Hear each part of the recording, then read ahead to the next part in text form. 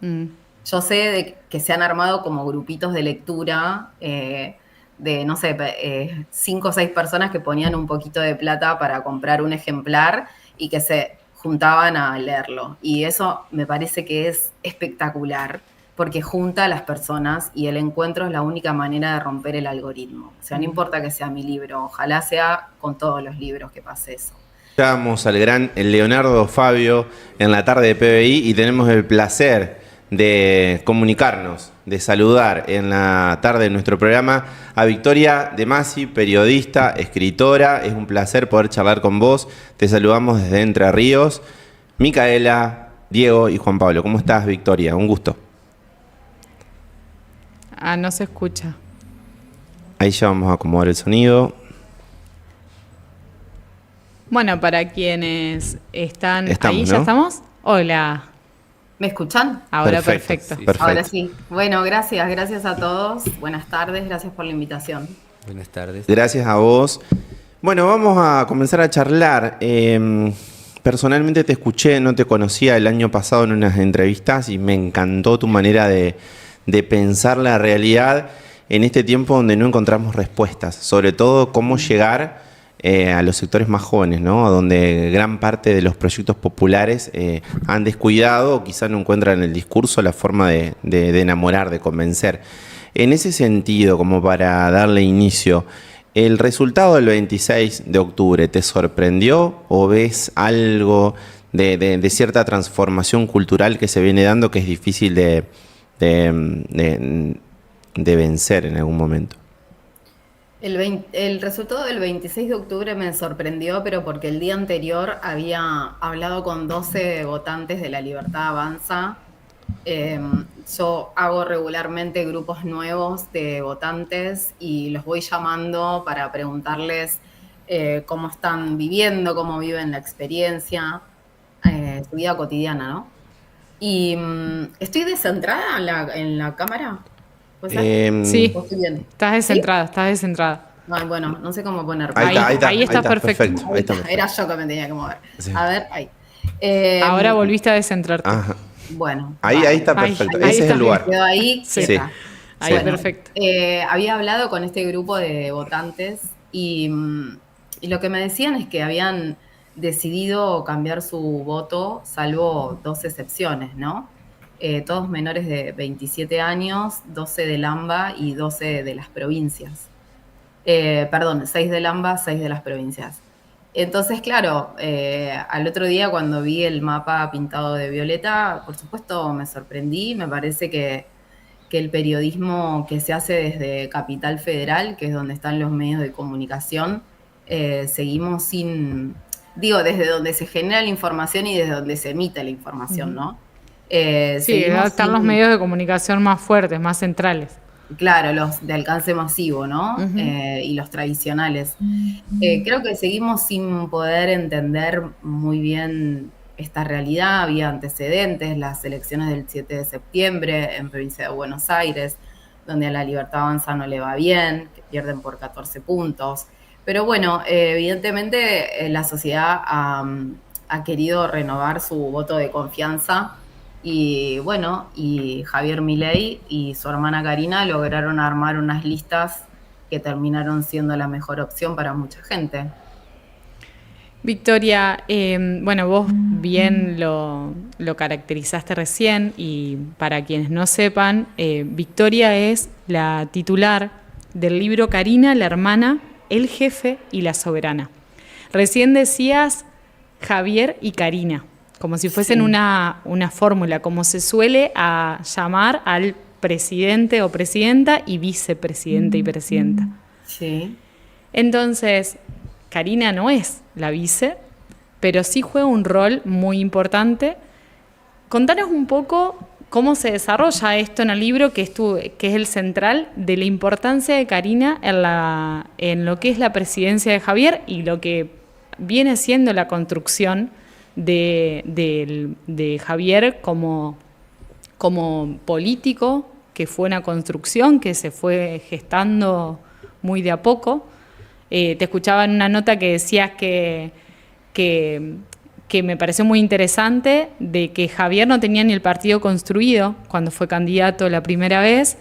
Y algo que me llamó mucho la atención es que vos en el libro caracterizás muy bien Karina, la hermana, el jefe y la soberana. Es decir, está todo con, con el género feminista, menos la parte del jefe. Sí. Se juega ahí un papel con el marcar el poder y todo el prejuicio que se tiene en la sociedad ante una mujer con más poder que el hombre. Bueno, en principio yo creo que Karina Milei es como una presidente de hecho, ¿no? Que cumple ese rol. Realmente lo pienso, lo veo, las fuentes con las que hablo, tiene un lugar de decisión preponderante o a la altura de la de su hermano, que es quien ha sido elegido. Milei es un presidente de la democracia, o sea, la gente lo votó a Milei y votó a Victoria Villarruel. Sin embargo, la conductora del proyecto parece ser Karina, ¿no? Que es la hermana. Después el apodo, el jefe, se lo da a su hermano, el presidente, y hay varias maneras de pensarlo, a mi entender. Una es que Milei es fanático de los Stones, ¿no? Lo sabemos. Sí. Y Mick Jagger edita un disco solista en el año 85 que se titula She's the Boss. Y es la última canción de ese disco. Yo puedo hacer como un link ahí, ¿no? Como sea, un presidente que es fan de los Stones y bueno, le dedica a su hermana el título de esa canción. Y después me parece que claramente es masculinizar el jefe, es una afrenta a los feminismos, digamos, que sobre todo en la última ola han querido o propusieron poner la E para que el lenguaje incluyera a todos, ¿no? Y bueno, y también me parece que así como la última encarnación del justicialismo tiene a su jefa, que es Cristina Fernández de Kirchner, Claro. La Libertad Avanza Tiene a su jefe, el jefe. Puedo como, digamos, pensarlo de esas formas. Después está la explicación del mismo Milei, que es que, bueno, él siempre tiene que tener a alguien a quien reportar y uno usualmente reporta a un jefe y, bueno, ahí está Karina en el lugar de autoridad, lo que a mí me abre una pregunta de que, o sea, ¿por qué un presidente necesita un jefe, no? Se supone que él es el jefe de Estado, pero bueno, hay un poco de acción de parte de Karina y otro poco de parte del presidente de nombrarla, ponerla en esos estantes de jerarquía. Eso está claro, pero la sociedad, o sea, más allá de que es muy interesante esto, de hecho, cuando yo lo leí al título del libro también se me vino eso de la jefa de Cristina, ¿no? Que es como, por lo menos, se la refiere dentro de la militancia político-kirchnerista.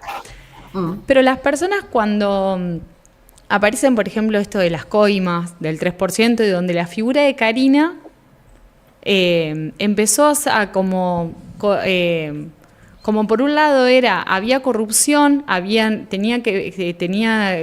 estaba en el centro, es una persona muy importante en el gobierno y lo destacan todo el tiempo, digamos, no es una persona claramente que se esconde, pero cuando hay casos de corrupción pareciera ser un cero a la izquierda, como bueno, pero de última es la hermana del presidente. ¿Cómo ves esto en la sociedad que todavía no la toma a ella, por lo menos para cuando son casos negativos para el político? ¿Puede ser que ellos estén jugando un poco con esto? De que, bueno, por un lado la posicionamos con un papel de importancia, pero cuando las papas queman, es Karina. O sea, es Karina ¿cómo es que muchas veces, que es el único título que aparece, que es la que sabe hacer tortas, digamos, como pobrecita, es lo único que sabe hacer? Sí. Para arrancar, Karina Milei tiene una imagen negativa altísima. O sea, es muy difícil por los números que arrojan los focus group y los sondeos de opinión de las consultoras privadas que Karina sea candidata a algo. Porque no tiene como ese enganche, ¿no? Con la gente, que sí lo tiene su hermano. Después a mí no me parece que sea un cero a la izquierda, me parece que es la mujer más blindada del gobierno, que la cuidan muchísimo, que incluso ella misma se cuida, y una forma de hacerlo es no dar entrevistas, ¿no? Pero ni siquiera a los medios amigos, o sea, no da notas. Y bueno, ayer escuchaba a los diputados que forman parte de la comisión investigadora del caso Libra y se referían, ¿no?, a esto de que el único que ha ido a dar explicaciones es un funcionario que ya no forma parte del gobierno, que es Guillermo Francos, y una de las que debería ir es Karina Milei, que tiene que explicar cuál fue su rol en esto de la publicidad o promoción de la criptomoneda. Y no logran que Karina se acerque al Congreso. Y a mí me parece que eso habla de un tipo de poder impresionante, ¿no? Sí, tal cual. Recién hablabas, me das el pie con eso. ¿Qué características tiene Javier Milei que ha logrado? Recién decíamos, previo a la charla contigo, que más del 50% o aproximadamente el 50% de la población tiene menos de 35 años. ¿Qué características tiene Javier Milei que no tiene ningún dirigente político de la Argentina, que ha logrado, sobre todo, llegar con muchísima profundidad a gran parte de los sectores juveniles, sobre todo varones, ¿no? Pareciera que es un tanto así. ¿Cuál ha sido la construcción? Y en todo caso, ¿qué es lo que pensás si de cara al 2027, supongamos un escenario como parece, un escenario económico bastante complicado para la mayoría de la población, todo indicaría que no sería muy fructífero para el gobierno, pero daría la sensación que hay como un acervo cultural que vino para quedarse? Sí. A mí me parece que el principal atributo que tiene Javier Milei es que es lo nuevo, porque no ha habido renovación política. Yo tengo muchos amigos que militaban en la Cámpora cuando tenían 17, 18 años. Y a la Cámpora le crecieron los pibes, ¿viste? O sea, ahí no se No sé, hubo una derramó renovación. sobre esa organización juvenil del peronismo, la idea de cuadro. No hubo formación, y ahora se ve más que nunca, o sea, más una puja de poder entre gente adulta y una madre y un hijo que no pueden destetar, que propuestas, ¿no? De hecho, las campañas de 2023 y esta, la de 2025, son campañas sin propuestas. O sea, lo que tiene Milei es que es una novedad, que como no tiene pasado político no se equivocó nunca, entonces no hay con qué compararlo. La otra característica, a mi entender, positiva en los términos en los que se mueve Milei, es que tiene un total dominio de la conversación pública. Un área, lo digital, absolutamente subestimada por los partidos tradicionales. Y con esto no me refiero solamente al peronismo. Ellos hicieron una campaña en redes que para mí fue espectacular. O sea, donde había Wi-Fi llegaba Javier Milei. Después tomó como uno de sus ejes algo muy sensible para la sociedad toda, que es la inflación. Él prometió que iba a bajar la inflación, y al prometerlo inspiraba confianza en mucha gente.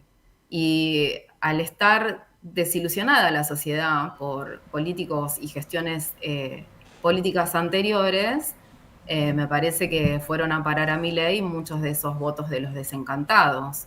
Después están las juventudes, y yo creo que ahí se juegan otras cosas y otras categorías. O sea, de repente esos pibes, esos jóvenes que habían estado muteados por los feminismos, o que no entendían o no entienden qué es el feminismo, o que se sienten señalados, o que no saben básicamente cómo socializar con mujeres o diversidades, encontraron no solo en Milei, sino en otros referentes que se acercaron al entonces candidato, Nicolás Márquez, Agustín Laje, un discurso una narrativa en redes sociales, un refugio, ¿viste? Como, bueno, no estoy tan solo, estos son los míos.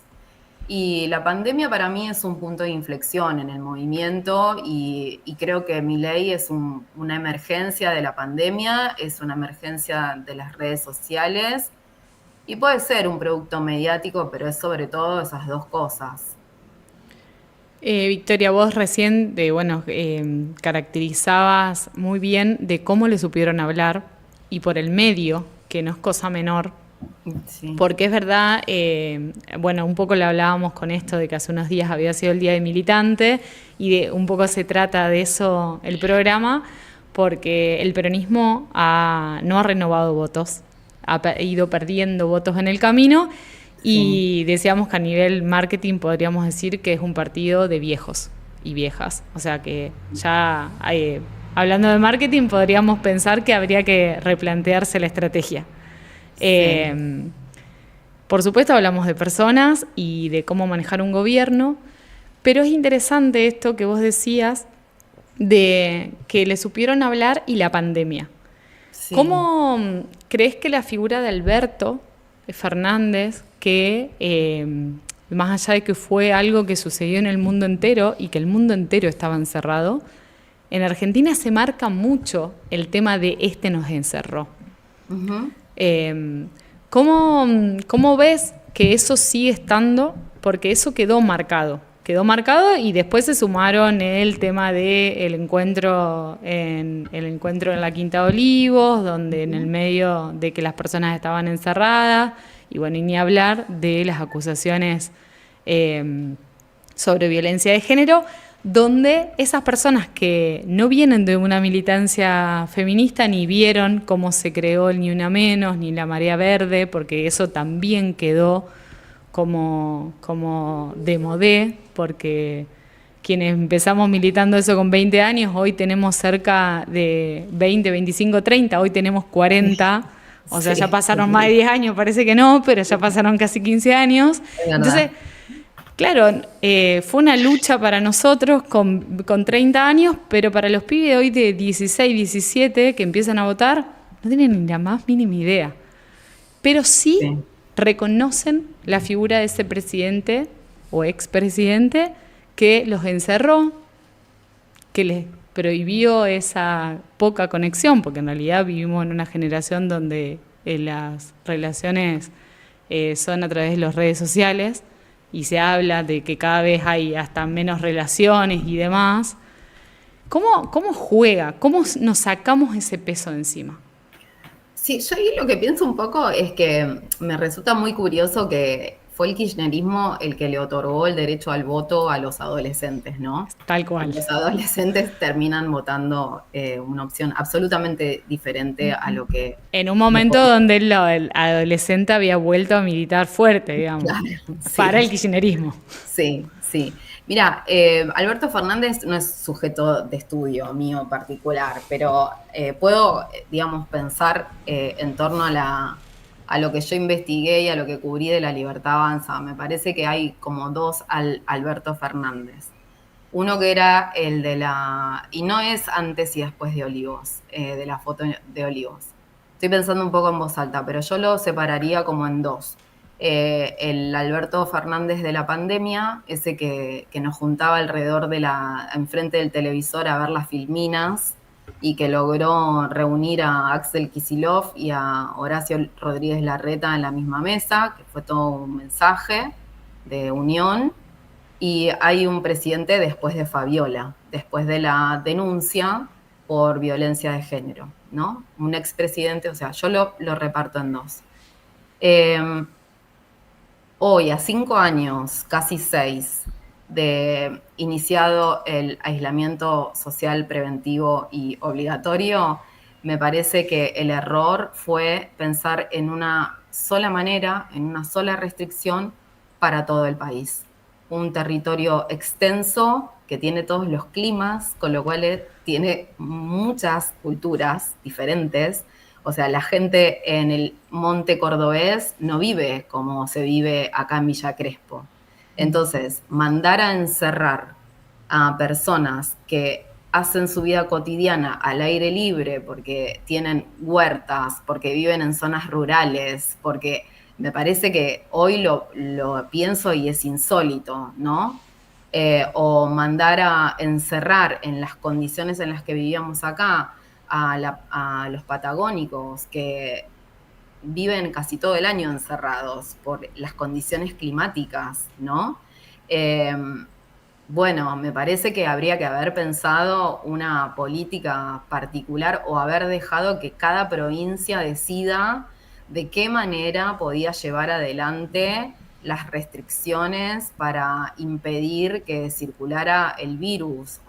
Viste, como no se puede pensar todo desde Buenos Aires. Lo digo siendo fueguina, o sea, yo me crié en Tierra del Fuego, eso lo tengo como clarísimo, digamos. No puede ser que todo se genere desde Buenos Aires y se piense una única solución para las 24 jurisdicciones. Eso es no tener conciencia o sea, el clima en Misiones no es el mismo que en Santa Cruz. Entonces, bueno, hay un virus del que se conoce poco, que sabés que se contagia por los gases, qué sé yo. Bueno, tenés que pensar una política para Misiones y una para Santa Cruz, y eso debería haber estado a cargo de las provincias, que son las que conocen y que tienen un sistema de salud, que saben qué pueden soportar, ¿no? Claro. Después no sé, o sea, qué sé yo, a Alberto lo puso Cristina. Sí. A Cobo no nos ha puesto muy buenos candidatos, claramente. No sé, yo entiendo. Después también otra idea que pienso, ¿no? Mucho, como a mí me parece que la situación de la expresidenta en este arresto domiciliario está floja de papeles, pero también pienso que ese lema, ¿no? De Cristina presa, a mí me cuesta, yo hago memoria y me cuesta verla en territorio antes de la pandemia y antes del intento de magnicidio. O sea, ¿por dónde caminó Cristina? Porque si no estaba en Recoleta, estaba en el Instituto Patria, digo, y ahora está en San José 1111 en una situación que para mí es injusta, pero me parece que el problema del peronismo es ese, que se ha desconectado de la gente y de las necesidades de las personas. Sí, en todo caso, Milei... Fernández queda metido ahí, digamos. Sí, vos bien lo decías que Milei, se destacó y fue mediático precisamente porque estuvo presente en todos los medios, centralistas y de porteños, pero es lamentablemente la ley de medios la dieron de baja y esa... Sí, la dio de baja Macri. La dio de baja y Alberto nos animó a retocarla, hay que decirlo. Que era lo que hacía más federal a la comunicación y que nosotros acá en Paraná dejemos de ver cuántos choques hubo en la General Paz. ¿Qué le importa a la gente de Paraná? ¿Cuántos choques hubo? Quiero saber qué me pongo si hace 40 grados con humedad. Sí, pareciera que el fenómeno Milei también no tuvo mucho territorio Milei, sino el territorio de él son las redes sociales, porque de hecho ganó como en 10 provincias argentinas que ni conocía. Totalmente. Pero hay un fenómeno muy, muy, muy extraño ahí, ¿no? Y fíjate cómo fue el caso de Chile el otro día, que con un gobierno de Boric muy parecido al de Alberto Fernández, seguramente se va a terminar imponiendo Kast, que es como el Milei de allá, y eso marca también que hay una cuestión regional o que tiene que ver con un contexto que supera a la Argentina. Pero te quería hacer una última pregunta y recién hablabas de la incidencia de los medios. ¿Cómo inciden esta nueva era mediática de plataformas, de streaming, de nuevas formas de comunicarte, como por ejemplo este programa, e inclusive en términos de renovación? Se han tirado nombres como renovación del peronismo, uno de ellos lo conoces bien porque trabajás en el plantel de Gelatina, que es Pedro Rosenblatt, y el otro es Tomás Rebord. Desde algunos esquemas de medios han planteado que nombres como ellos, de jóvenes reconocidos por gran parte de la juventud argentina, podrían encarnar lo que sería la renovación del Partido Justicialista. ¿Cómo ves todo eso si le encontrás algún viso de razonabilidad? Yo escuché hoy a Pepe que dijo que él no tenía pensado ser candidato. Eso por un lado. De Rebord no tengo ni la más mínima idea, no sé cuáles son sus aspiraciones, no lo conozco, salvo haber ido 1 o 2 veces a Blender por mi trabajo. Igual yo pienso otra cosa, mira, el 26 de octubre, cuando todo indicaba que la Libertad Avanza perdía, el Ejecutivo ya tenía lista la reforma laboral y la reforma previsional. Aun cuando todos decían no van a ganar, es imposible que ganen con el resultado que obtuvieron en la provincia de Buenos Aires, ellos ya tenían los proyectos listos. ¿Qué tiene la oposición? ¿Tiene un párrafo escrito de algo? O sea, la verdad, ahora hablo como ciudadana, ¿no? A mí el streamer, el conductor, el que tiene muchos seguidores en redes sociales, el que, no sé, pega canjes millonarios, todo eso me importa muy poco. Acá lo que se necesita es un proyecto sólido, concreto, con una idea de futuro que más o menos incluya a todos. Y digo más o menos porque en el estado de situación en el que estamos es imposible, o sea, hay que empezar de vuelta. Entonces, la verdad no sé, yo tenía, por ejemplo, la idea de que este año en La Libertad Avanza iba a haber muchos streamers del mundo libertario. Me equivoqué, una tesis cerrada. Por ahí en el momento en el que lo dije tenía sentido, pero cuando agarrás las listas está Karen Reinhardt, o sea, no está el gordo Dan. Evidentemente no está en el mundo del stream la candidatura. Pero insisto, o sea, me parece que lo que se necesita, y esto ya lo digo como ciudadana, son opciones de gobierno que tengan proyectos concretos. Ya ni te pido del peronismo, te pido de lo que queda del macrismo, de la izquierda, que la izquierda es una cosa que está todo el tiempo, siempre es una opción. Bueno, de hecho en Chile está bien que es diferente, en Chile no existe el peronismo, pero fue o sea, o la izquierda o la derecha, era el extremo así. Sí, pero eran todos candidatos de derecha. Eso sí es un fenómeno global, la polarización. Parece que no hay nada en el medio. Me estaba olvidando de Provincias Unidas, por ejemplo, ¿no? Claro.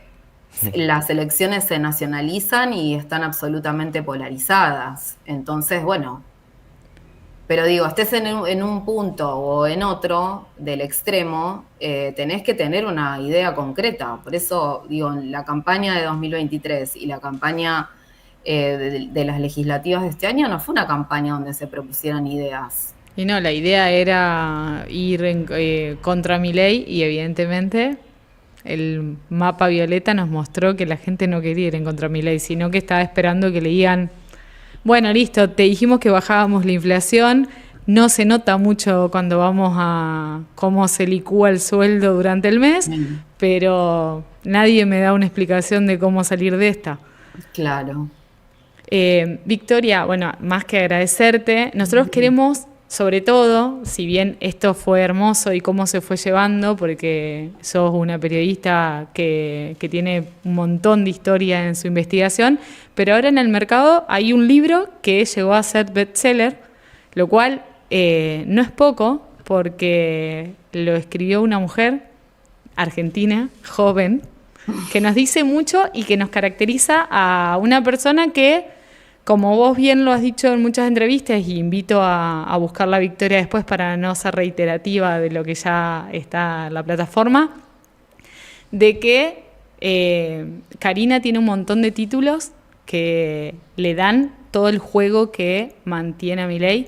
Quiero que un poco presentes este libro para invitar a nuestro público a que se acerquen a leerlo. Si las condiciones no dan para comprarlo en grupo o simplemente acercarse a una biblioteca y pedirlo prestado, para que presentes el libro y cuentes un poco, en resumidas palabras, de qué se trata y por qué esto considerás que llegó a ser tan relevante en una figura que muchas veces el gobierno, como vos bien dijiste, la protege y la tiene y se nota una figura fuerte, pero que muchas veces se la ningunea. Sí, bueno, muchas gracias por este ratito que me das. La primera buena noticia es que el libro mantiene el precio de salida, que son 25.000 pesos. Accesible, Sí. re accesible. La segunda cosa que pasó mucho y a mí me sorprende y me agrada, me parece que está buenísimo, sobre todo porque genera un espacio de encuentro, es esto de comprar uno y leerlo en grupo. Yo sé que se han armado como grupitos de lectura de, no sé, 5 o 6 personas que ponían un poquito de plata para comprar un ejemplar y que se juntaban a leerlo. Y eso me parece que es espectacular, porque junta a las personas y el encuentro es la única manera de romper el algoritmo. O sea, no importa que sea mi libro, ojalá sea con todos los libros que pase eso. La tercera, róbenlo, no sé, róbenlo porque a mí no me queda un mango, así que hagan lo que quieran. Y la cuarta, yo creo que el libro que escribí, que es un perfil periodístico, es decir, no es ni a favor ni en contra, es un recuento de hechos que dan cuenta de cómo una mujer muy común, muy ordinaria, acumuló una cantidad de poder impresionante, con el aval de quién. ¿Por qué es su hermano la que la describe como un ángel guardián? ¿Qué manera tiene de construir poder? ¿Cómo es su poder? ¿Es rústico? ¿Es rudimentario? ¿Qué le pasa con toda esta cuestión de la clarividencia, la adivinación? Su rol de jefa de campaña a mí me parece muy alucinante, digamos, la explica muy bien a ella. Y sobre todo es un libro para comprender un poco la época, porque Karina por momentos es una excusa para hablar de un estado de la Argentina. La verdad es que los hermanos Milei no son muy distintos a la sociedad que gobiernan, ¿no? Entonces es un libro para que nos leamos a nosotros. Esto sí parece como muy ambicioso, pero tiene que ver con el trabajo de campo que hice cubriendo la campaña en 2023. Y también porque, no sé, porque es entretenido y porque les juro que tiene partes que son muy graciosas. Bueno, hermoso. Y bueno, habrá que hacer encuentros en la plaza para volver a esas discusiones y ver. Me gustó esa frase como para encabezar la nota. El encuentro es la herramienta para vencer el algoritmo. ¿Sí? Sí, Hermosa. es lo único. Tenemos título. Tenemos título para el recorte y además para ponerle a ese encuentro vamos a fomentar desde PBI el encuentro a las plazas de Paraná a leer Karina. Y bueno, muchas gracias por tu tiempo. Por darnos esta claridad, porque creo que son estas cosas que nos hacen falta para movernos un poco y decir, che, esto está pasando. Sí, Karina, hay que conversar. Gracias. Gracias, Karina, la hermana, el jefe, la soberana Victoria de Masi en PBI.